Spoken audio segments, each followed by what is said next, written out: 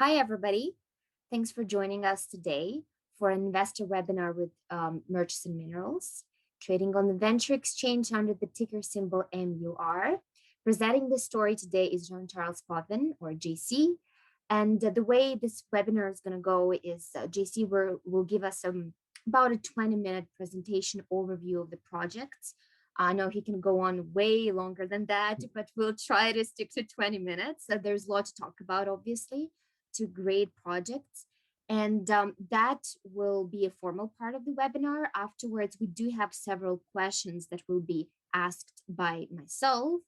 And JC will reply to those questions, and you can unmute yourselves afterwards for a live Q&A session. And since we don't have too many people participating live, you can just ask your question without, submitting it to a chat box or raising your hand. But if you prefer to send it to, to just text it, please feel free to do it, and we will read it out loud, and I'm sure it will get answered as well. Without further ado, JC, over to you for a presentation. Thanks, Irina. I guess we'll start with the slideshow. If we,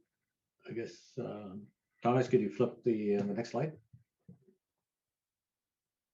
Okay, you've all seen these statements, so quickly go into the gist of the matter. First, on the corporate structure, we currently have 108.9 million shares out. We've just completed an $800,000 hard dollar financing, and just prior to Christmas, we closed on $1.9 million in flow through. About 1.5 million of that is directed at drilling in Saskatchewan on the Brabant project, and the $400,000 of flow through will be spent on the HPM project, and then the part of the hard dollars will also be spent on exploration. So the first asset that we'll be talking about is the Brabant-McKenzie VMS project, and in fact, a deposit located about 3 kilometers northeast of the village of Brabant Lake community. As you can see on this map here, it denotes all of our land holdings that extend for about 57 linear kilometers along the main highway that goes to the north of the province. The main power line of the province going to all the uranium mines that also crosses the property. So from an infrastructure point of view, it's fantastic. We can walk from the ore body right to the town where we have 2 houses. So it makes for a very efficient exploration, and a lot of comfort for our geologists. Our cell phones do work up there. We have internet, power, and so on. So it's a great location. So big land package. All of it has been covered with PTEM surveys since 2012. The bulk of that was, in fact, in the last couple of years. We've significantly expanded the original land position around the ore body to cover a lot of very prospective ground. But these surveys have identified some 120 different EM conductors. And so we systematically try to locate all of these on the ground in the past couple of field seasons using a VPAT device, which detects anything that's magnetic or an electromagnetic conductor. So first we'll just focus on the deposit itself, the Brabant-McKenzie deposit that extends for over a strike length of approximately 1,100 meters. It's been drilled down dip to approximately 1,000 meters. It's made up of 2 parallel layers, one being called the upper zone and the other one the lower zone. They're each averaging about 5.5, 6 meters, but up to 16 meters in thickness.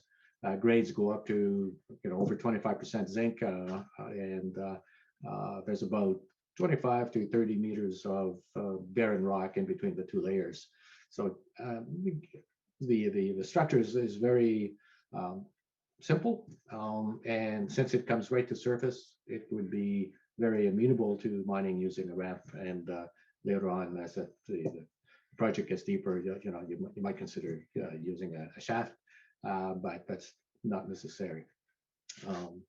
So the next slide. Okay, so as you can see, the mineralized envelope remains open laterally and at depth. So we believe that with further drilling, we will expand the resource.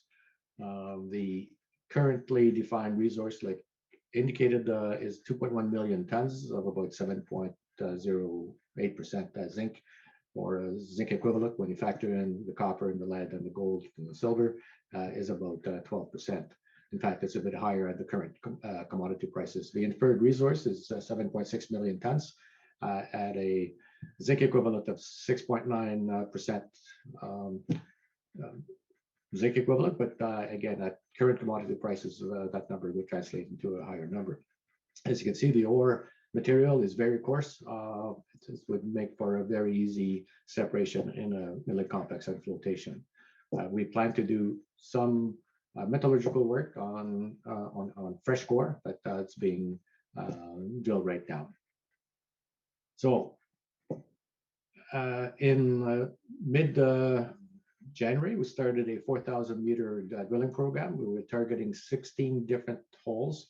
The total will depend on weather and if the ice conditions remain good. The winter has been relatively mild, and so the winter drilling season might be shortened a little bit.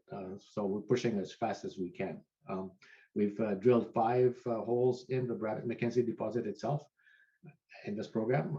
Just to the north of the Brabant deposit, there's a claim. We acquired some additional claims and another conductor, which was drilled with 2 holes, so assays are pending.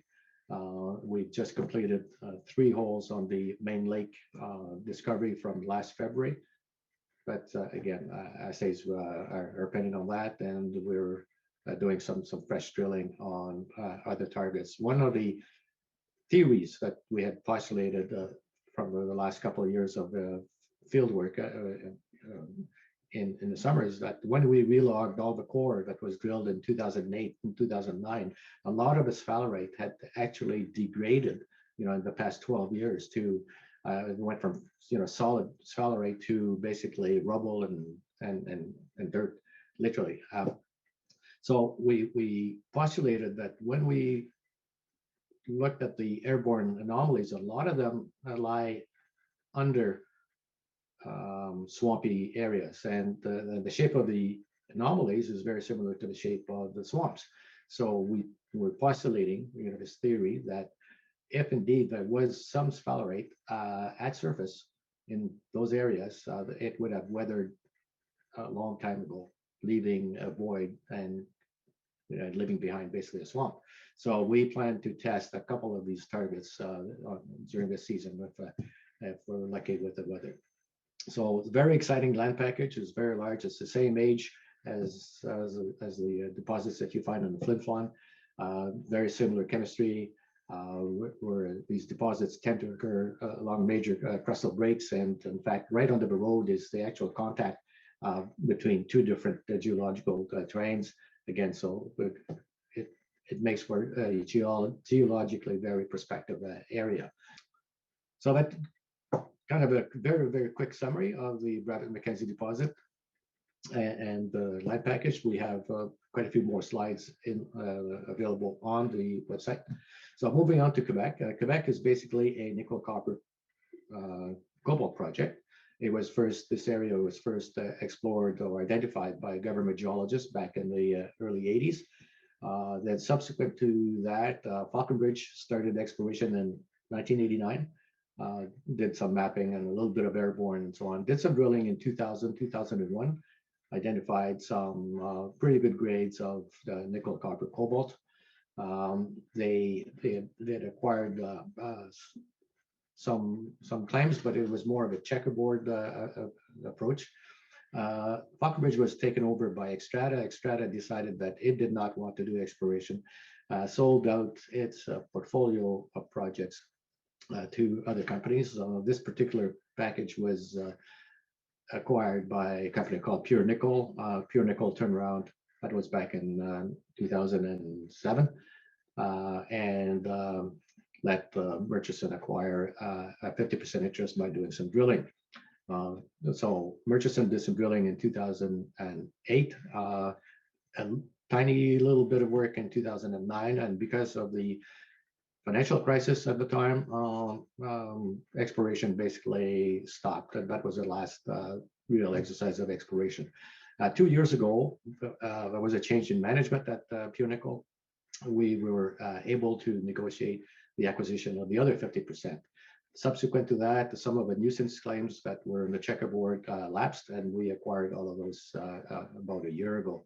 So now we have a unified, contiguous 58 square kilometer land package, which we flew with a magnetic survey, airborne magnetic survey, and which was completed in November. It identified a number of the very interesting structures and features. We also did some prospecting earlier in September, collected 47 different samples across the property, identified 10 different Gaussian areas.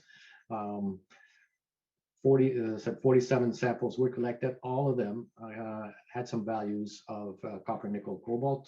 There were no blank samples collected. Some of these values went up to about 0.5 to 0.6% nickel and copper, and about 0.1% cobalt.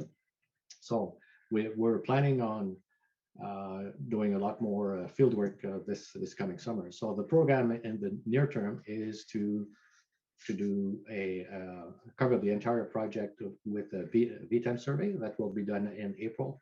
We've also commissioned a study for remote sensing because apparently the Voisey Bay stands out clearly in remote sensing. So we're looking at the possibilities of identifying similar features and structures to Voisey Bay on our land package.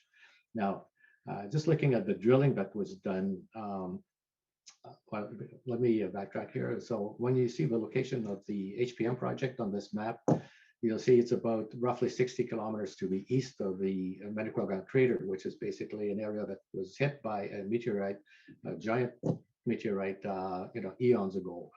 And so this gives us a very interesting geological environment that's not dissimilar to what you find in Sudbury.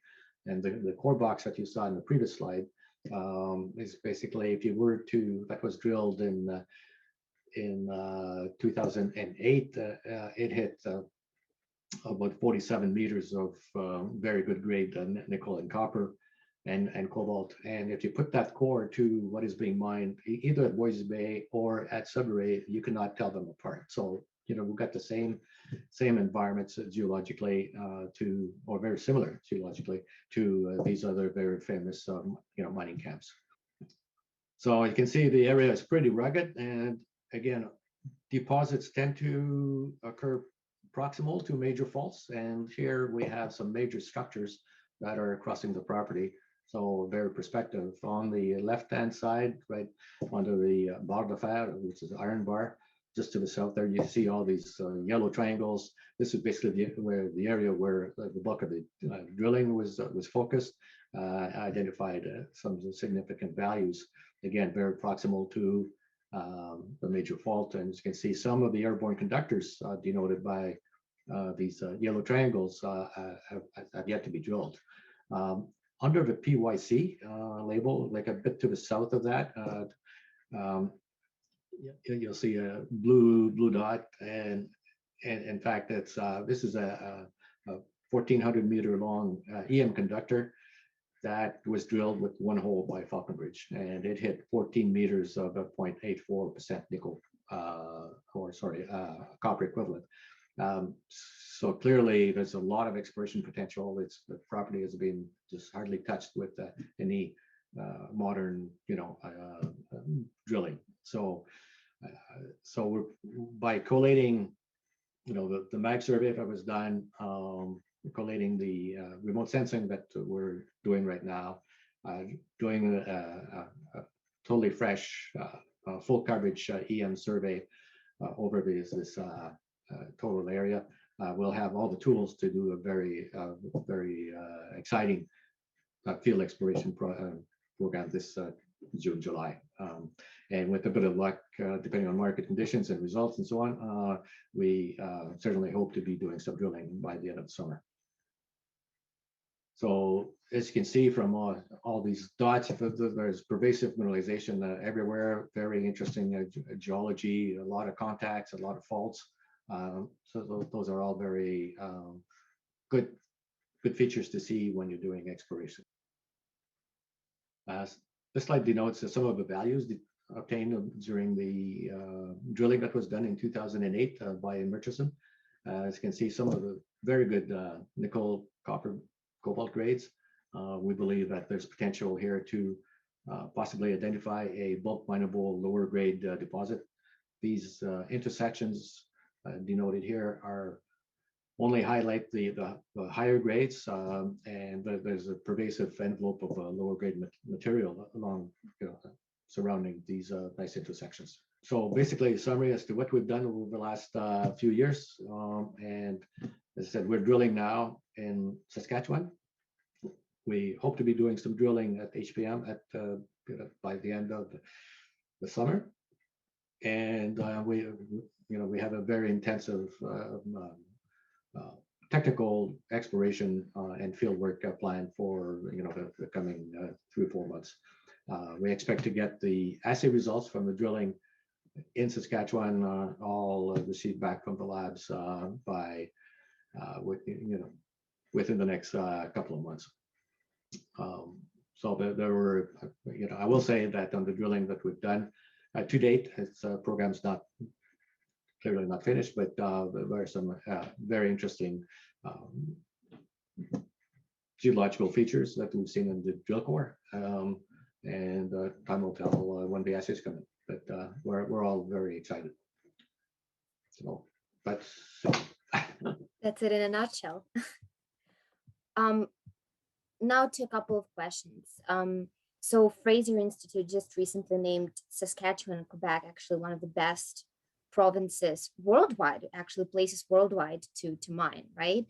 Do you see a lot of support? You have projects in both jurisdictions. Do you see a lot of support from the government? I mean, in Saskatchewan, you own a huge land package, right? What are your relations with the community, with the indigenous people, with with the government in general? Because you've mentioned a couple of times that you have a lot of support from the Saskatchewan government as well, right? yes, Saskatchewan is a very good place to operate in. On the drilling program, we're receiving $50,000 towards as a hard cash contribution to the program. It's obviously we have to spend some money before they give us theirs, but it's so that it's a good help. They have a very good commercial lab and metallurgical lab in Saskatoon as well. On the community side, we do have our base of operation is the Brabant Lake. It's First Nation community. We own 2 houses there. We hire as many people as we can from that community. We have a very good relationship. And we also keep in touch regularly with the administration of the Cree Nation in northern Saskatchewan. No, it's a great place, great logistics, pro-mining government. They're looking to help the development diversification into base metals.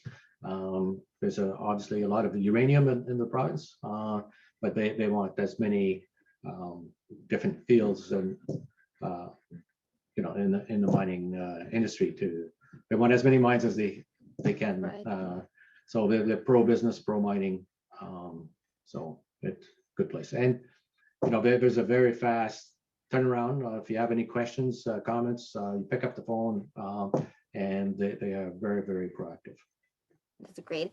And so, I mean, the metals, the commodities that you have, they're base metals, but these days a lot of them, like nickel, zinc, they kind of also belong to battery metals, right? Technology metals, they kind of both categories. And these days they are on the rise, right? The industry is huge. And with Quebec especially, we've noticed that they've been supporting a lot of producers and exploration companies in the area as well that deal with these commodities. They've issued, I think, a $90 million plan for these metals. Do you see any extra support coming from the Quebec government for your HPM project?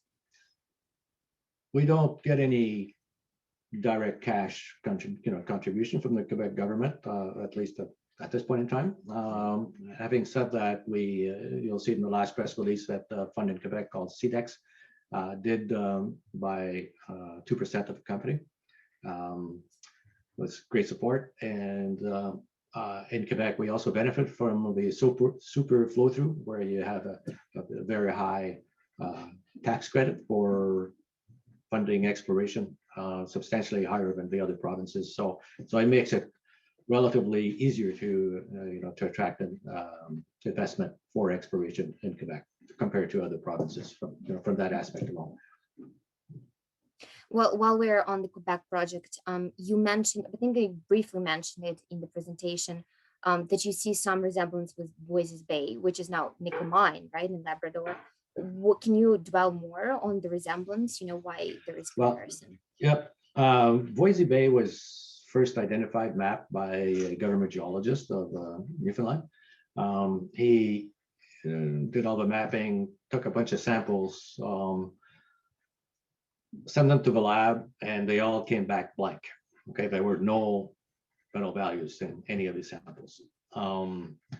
And these couple of guys came back, 10 years later, looking for diamonds up far north. They said, "Hey, there's this big Gossan. Let's land there, have lunch, and then the rest is history."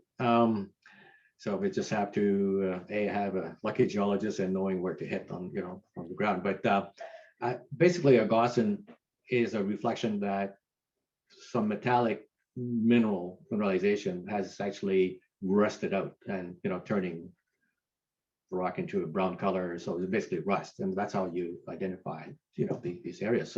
So whenever you see rust, well, you know there's some iron in this environment.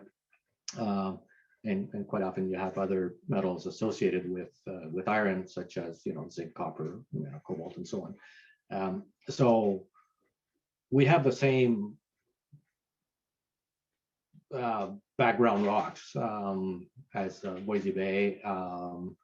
Not necessarily the same identical features, but the fact is we have at least 10 Gossany areas. We've only explored or sampled 7 of them, but very cursory exploration to date. We've done some drilling in the past that really confirmed that there is some high grade nickel, copper, cobalt, and fresh sulfides. So if we can manage to sample under these Gossans, we might be able to find some higher values. Now, when you take surface samples on the Gossan, a lot of the original mineralization would have bleached out because of the rusting process. So if you're still getting 0.5% nickel and 0.5% copper and 0.1% cobalt on surface in these rusted out areas, who knows what's under? So that's the exciting part. Right. So are you fully funded for both programs, for the Saskatchewan one that you now have and any field work at the Quebec project? Yes, we last November, December, we raised 1.9 million in flow through, 1.5 million that was allocated to Saskatchewan, $400,000 that was allocated to the HPM project, and subsequent to that, we raised $800,000 on hard dollars. So that just closed on this Monday. So we're in very good shape. And obviously, when it comes to drilling at HPM at the end of the summer, we will need to raise some more money for that. But we hope to have, or expect to get, a lot of new data to support these future expenditures. And for the current drill program at Brabant Lake, when do you expect, like, approximate timeline to get the next batch of results, your first batch of results, right, from the drill program? Well, the drilling, the physical drilling should be completed in approximately 3 weeks, and then probably realistically give at least another 5 weeks after that to get all the assays. We expect to get some assays before, but the final assays for all of the holes we're talking probably 2 months from now.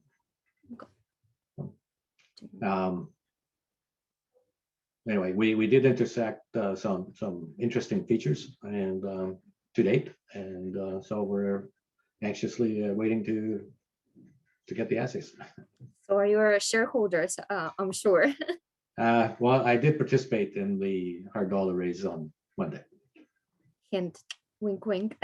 No, well, for what it's worth. Yeah. If you don't buy a ticket, you can't win. Somebody actually left a comment, which is interesting. Seamus O'Regan from the federal government, honorable, with PDAC and Mining Association of Canada had a news announcement at 11:30 today, at which Natural Resources Canada released the critical minerals list for Canada. And there's, I assume, 31, including zinc, copper, etc. Good news for the mining industry and Murchison as well. Maybe new funding in place later. Thank you, Kevin, for leaving this comment. This is good. This is good to know. So, I mean, not only the provinces, but the government, the federal government as a whole is supporting the industry these days. And with that, actually, I would like to open the floor to any questions anybody might have. Either unmute yourself. I think our host will let you do it now, and or you can just leave your comment or question in the chat box, and JC will answer it.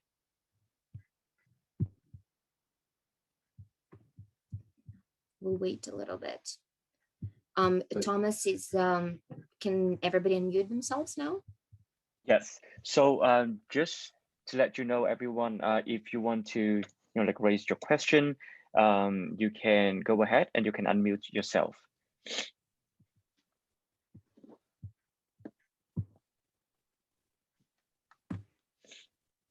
That's a quiet group today. I see Mitchell has his hand up. It's just that your answers were, so full. There's no questions left, GC. That's why, you answered all of it. But I think Mitchell has a question. He's As a long shareholder, I can't wait to see good news on the horizon. I know we're slowly getting there, and patience and patience and patience will eventually get us there. And I think you're doing a great job, JC, and Kathy and her group are doing an excellent job in promoting the story. So nothing but onwards and upwards. And I'm convinced that there is some good news in the horizon, and I'm waiting it out with my shares. Nice.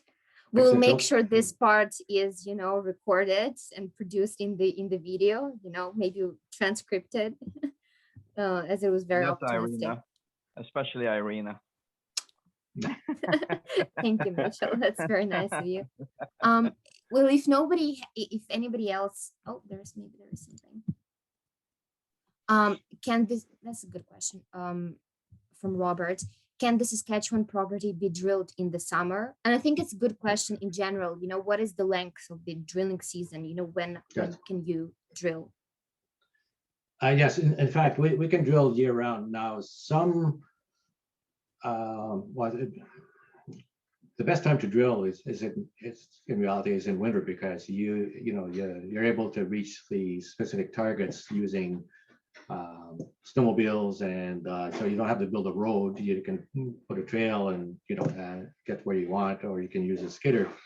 Now there are some of the conductors that we're chasing are located under the lake. Now this lake, the Brabant Lake, is very large, but it's very shallow. Like, it's only about 12 feet deep on average. But so if you want to drill something that's below it, best time to do is in winter. Otherwise, you'd have to use a barge, which makes life very difficult, and from a cost point of view, and also the environmental impact that's possible, because you're drilling using muds and so on, and you don't want any of that to go into the lake. So it makes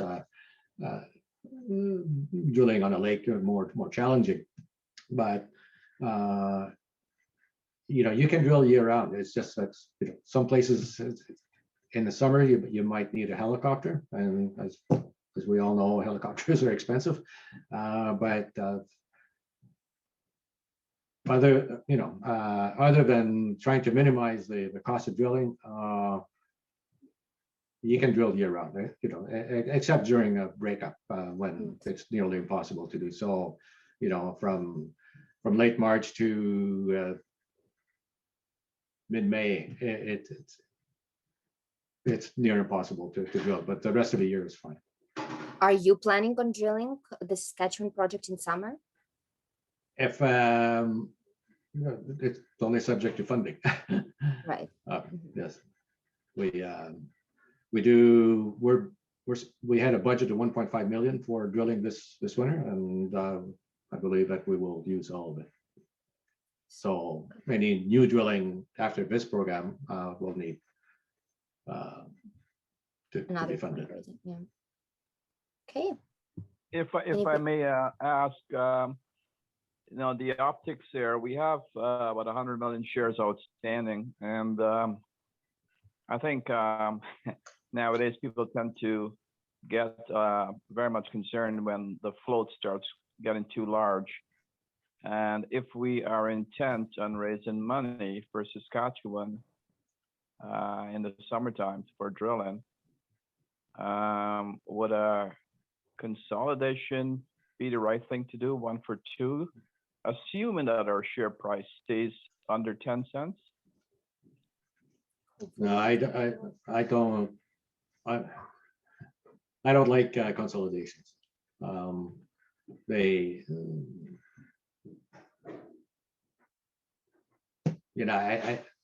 don't think they're very good for the stock price. Unless you have a major discovery, and then it's really irrelevant. Now, about pretty close to 40% of the stock is very, very, very tightly held. So the real float is only about 60 million shares. I mean, compared to Australian companies, it's nothing, right? The amount of shares that you have, because a lot of them have like billions of shares out, right? It's manageable. It's fine, in my view. Yeah, a lot of people get concerned though because of shorts. When you have large floats, they tend to use that as an opportunity to create shorts, and subsequently,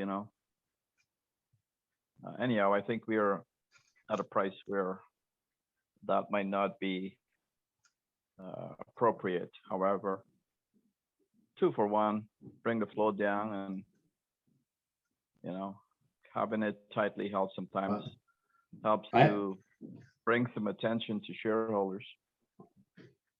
I expect we'll be able to generate a lot of news, in the next 6 months. So, that should propel it to. Talking about consolidation is really premature. So. Yeah, because it'll be nice to do a raise at 15 cents next, right? Like under 10 cents. It's so. Well, could be higher. We hope to raise it. We hope the share price will follow the news, right? So that's why we will raise it. I hope so, Irina. You can buy some diamonds. Right. I think, if nobody has any more questions, I think, JC, would be nice to end this webinar. First of all, thank you for this presentation, but with, the reason why I think now is the best time to look at Murchison's stock, and purchase it. I mean, obviously, we already said it's pretty cheap for what it has. So off to you, to give an investment thesis. Well, we have an ore body to start. We have a very, very large land position in Saskatchewan, and we have some proven mineralization in Quebec, the HPM project, and quite a few targets that have never been explored, and all in the right metals: nickel, copper, cobalt, gold, silver. So all key metals. Great. Well, thanks everybody. Thanks for joining us today. And to those who would be watching the replay, thanks for doing that too. And JC, thanks so much for the presentation and for your time today as well. Okay. Thanks, Irina. And Kathy's group, and everyone. Thanks, everybody. You're very welcome, JC. Yep. Have a good Sure. have a good day, everybody. Okay. Thank you. Thank you all. Thanks, JC. Bye. Thanks, everyone. Bye.